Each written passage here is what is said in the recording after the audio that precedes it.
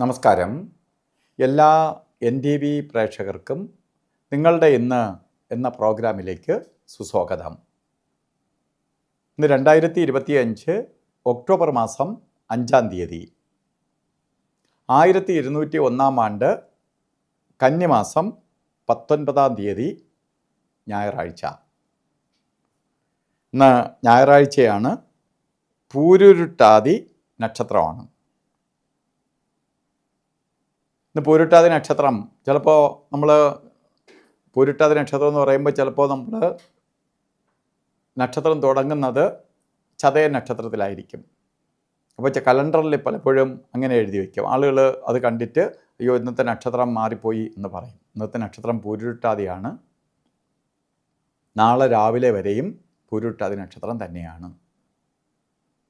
പൂരുരുട്ടാതി നക്ഷത്രം ബർത്ത്ഡേറ്റ് വന്നിട്ടുണ്ട്. പൂരുരുട്ടാതി ശുഭനക്ഷത്രത്തിൽപ്പെടുന്നതാണ്. മാത്രമല്ല ഞായറാഴ്ചയാണ്. പ്രപഞ്ചനാഥനായ സൂര്യൻ്റെ ദിവസമാണ്. സൂര്യവാരം. സൂര്യനാണ് പ്രപഞ്ചത്തിൻ്റെ നാഥൻ. അതുപോലെ നക്ഷത്രവും ശുഭനക്ഷത്രമാണ്. അപ്പോൾ ഇന്നത്തെ ദിവസം ശുഭദിനമാണ്. ശുഭകാര്യങ്ങൾക്ക് അനുകൂലപ്രദമായ ഒരു ദിവസമാണ്. അപ്പോൾ എന്ത് ശുഭകാര്യത്തിന് ഇറങ്ങാം. അവധി ദിവസമാണ്. ഓരോ കാര്യങ്ങൾക്ക് അങ്ങോട്ടും ഇങ്ങോട്ടുമൊക്കെ പോകുമ്പോൾ നമുക്ക് നല്ല ദിവസം ഞായറാഴ്ച കിട്ടുക എന്ന് പറഞ്ഞാൽ നല്ലതാണ്. കാരണം കുടുംബസമേതം സന്തോഷത്തോടു കൂടി ഒരു ആഴ്ചയ്ക്ക് വേണ്ടുള്ള എനർജി ശേഖരിക്കുന്ന ദിവസമാണ് അവധി ദിവസം. സൺഡേ സൂര്യഭഗവാന്റെ ദിവസം ആയതുകൊണ്ടാണ് ഏകദേശം ലോകം എമ്പാടും തന്നെ ഞായറാഴ്ച അവധിയായിട്ട് വച്ചിരിക്കുന്നത്. കാരണം എനർജി നമ്മൾ ചാർജിങ് നടക്കുന്ന ദിവസമാണ്. അപ്പോൾ ഈ ദിവസം നല്ല ദിവസം അല്ലെങ്കിൽ എന്ത് ചെയ്യും, വീട്ടിനകത്ത് പൊട്ടിത്തെറിയും അതുപോലെ അസ്വസ്ഥതകളും ഒക്കെ ഉണ്ടാവും. ഒരാഴ്ചയ്ക്ക് എനർജി ശേഖരിക്കേണ്ടടുത്ത് ഉള്ള എനർജി കൊണ്ട് നഷ്ടപ്പെട്ടിട്ട് പിറ്റേ ദിവസം പോവേണ്ടി വരും. അതുകൊണ്ട് നല്ല ദിവസം കിട്ടിയിരിക്കുകയാണ്. നമുക്ക് നല്ല കാര്യങ്ങൾക്കെല്ലാം അനുകൂലപ്രദമായ ദിവസമാണ്.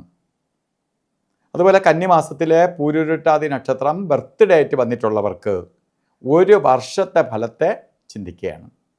വാർഷിക ഫലത്തെ ചിന്തിക്കുമ്പോൾ ഒരു വർഷം നിങ്ങൾക്ക് അനുകൂലപ്രദമായ ഒരു വർഷമാണ്.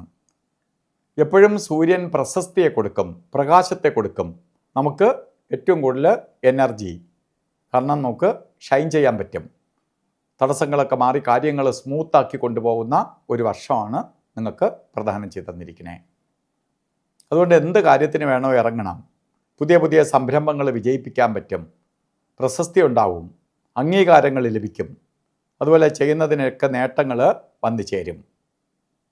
അതുകൊണ്ട് ഒരു കാര്യത്തിലും അറച്ചു നിൽക്കാതെ ഓരോ കാര്യങ്ങളിലേക്ക് ഇറങ്ങണം. അതുപോലെ ഇന്ന് ഓരോ കാര്യത്തിന് ഇറങ്ങുമ്പോൾ വൈകുന്നേരമാണ് രാവുകാല സമയം വരുന്നത്.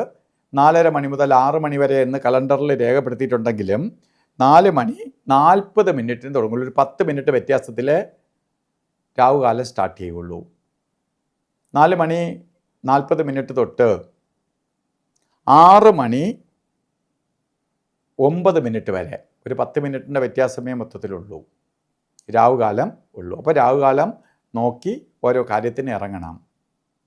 അതുപോലെ ഇന്നും ശ്രദ്ധിക്കേണ്ട 2 സമയങ്ങളാണ് ഗുളികകാല സമയവും യമകണ്ഠകാല സമയവും.